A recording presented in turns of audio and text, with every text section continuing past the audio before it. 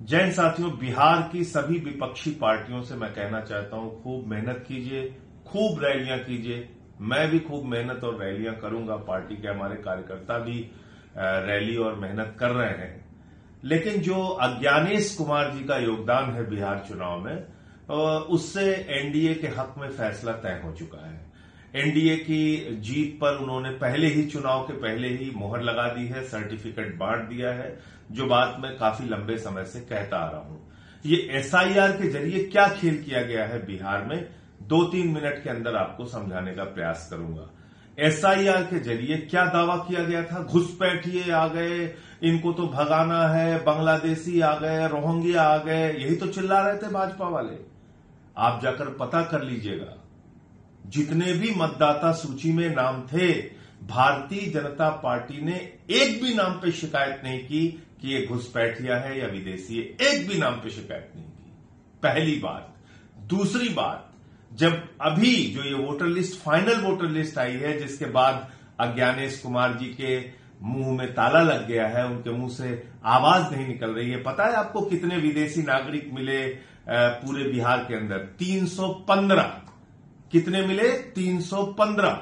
और उन 315 विदेशी नागरिकों में ज्यादातर हिंदू हैं, 78 मुसलमान हैं। 78 मुसलमान पकड़ने के लिए आपने 8 करोड़ मतदाताओं को परेशान किया, एसआईआर का हवा खड़ा किया, और विदेशी आ गए, घुसपैठिए आ गए, एकदम से हम पूरा परिवर्तन कर देंगे एसआईआर के जरिए। यह दावा कौन कर रहा था? अज्ञानेश कुमार जी कर रहे थे। इसलिए उनकी मूर्खता और अज्ञानता पर मुझे हंसी आती है। हालांकि वो बहुत चालाक आदमी है।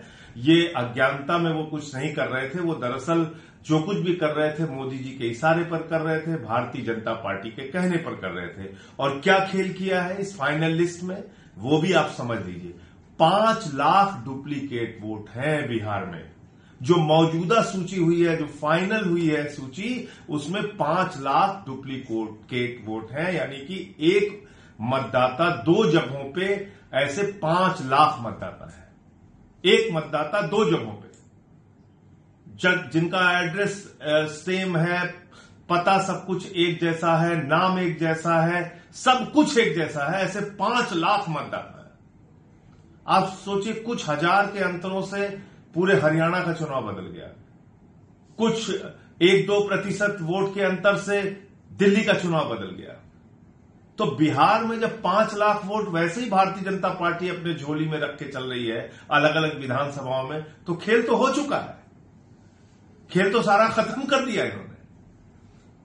जो कुल मतदाताओं की संख्या थी बिहार में, उससे 80 लाख मतदाता कम हो गए। आप कल्पना कीजिए कितनी बड़ी संख्या में मतदाता वहां पे घटाए गए हैं और कितने डुप्लीकेट मतदाता वहां पे हैं।